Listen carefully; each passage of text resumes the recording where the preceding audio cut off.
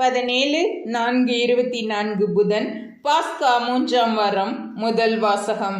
தாங்கள் சென்ற இடமெல்லாம் நற்செய்தியை அறிவித்து வந்தனர். திருத்தூதர் பணிகள் நூலிலிருந்து வாசகம். அதிகாரம் 8, இறைவசனங்கள் 1 முதல் 8.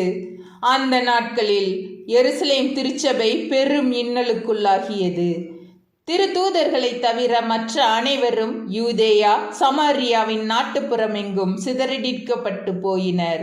இறைப்பற்று உள்ள மக்கள் ஸ்தேவானை அடக்கம் செய்து அவருக்காக மாரடித்து பெரிதும் புலம்பினர். சவுல் வீடு வீடாய் நுழைந்து ஆண்களையும் பெண்களையும் இழுத்து கொண்டு போய் அவர்களை சிறையில் அடைக்க செய்தார். இவ்வாறு அவர் திருச்சபையை அழித்து வந்தார். சிதறிய மக்கள் தாங்கள் சென்ற இடமெல்லாம் நற்செய்தியை அறிவித்து வந்தனர். பிலிப்பு சமாரியா நகர் சென்று அங்குள்ள மக்களுக்கு மெசியாவை பற்றி அறிவித்தார். பிலிப்பு சொன்னவற்றை கேட்டும் அவர் செய்த அருமடையாளங்களை கண்டும் வந்த திரளான மக்கள் ஒரு மனதோடு அவருக்கு செவி சாய்த்தனர்.